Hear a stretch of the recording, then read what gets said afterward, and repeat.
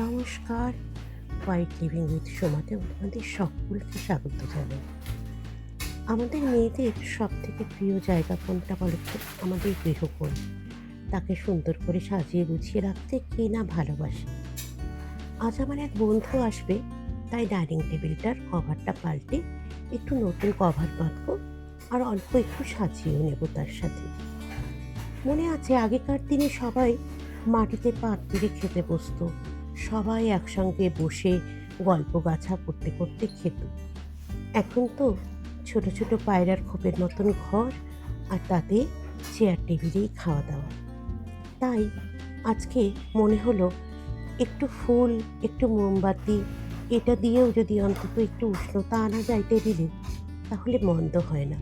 দেখো, তোমাদের সাথে গল্প করতে করতে আমার কাজটাও হয়ে গেল। এবার একটু মি টাইম, এবার একটু চা খাবার পালা। সবাই খুব ভালো থেকো, সুস্থ থেকো, আর আমার ভিডিওগুলো ভালো লাগলে একটু আমার পেজটাকে বা চ্যানেলটাকে লাইক ফলো করে দিন। টাটা।